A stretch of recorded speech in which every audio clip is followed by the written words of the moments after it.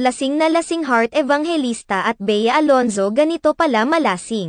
Kinatuwaan ng mga fans ng fashion icon na si Heart Evangelista ang isang video clip na ibinahagi nito sa social media kung saan inamin niya ang kanyang pagkalasing mula sa isang gimmick at ang naranasan niyang matinding hangover paggising.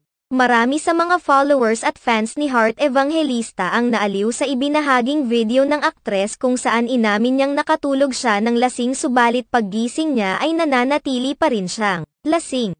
Ayon sa ilang mga netizens na kahit mayroong hangover si Heart Evangelista ay hindi naman ito nagmukhang haggard at nananatili itong maganda. Bagamat gimmick ang sinabi ni Heart Evangelista sa kanyang video, hinala ng nakakarami na ang kanyang tinutukoy ay ang nangyaring birthday party ni Mr. M kung saan nagsasama silang mga celebrities na pinasikat nito noon. Nauna nang naiulat ang patribute ng nakilalang aktres kay Johnny Manahan, kilala bilang si Mr. M, sa nakaraang birthday nito.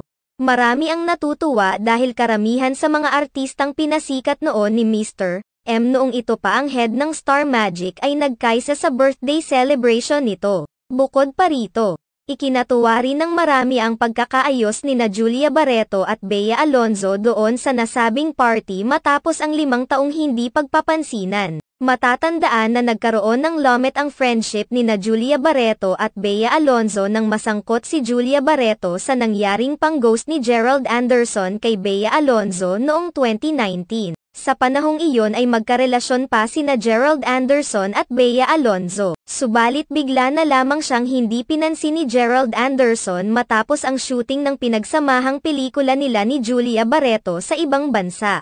Ayon sa mga naging usap-usapan ng mga netizens sa mga panahong iyon ay nagkakamabutihan na umano sina Julia Barreto at Gerald Anderson, kaya naman dinidedma na noon ni Gerald ang kanyang girlfriend na si Bea Alonzo. Samantala, marami ang nasiyahan dahil matapos ang maraming mga taon ay tuluyan ng nalimutan ng dalawa ang kanilang masalimot na nakaraan at tuluyan ng nagkaayos.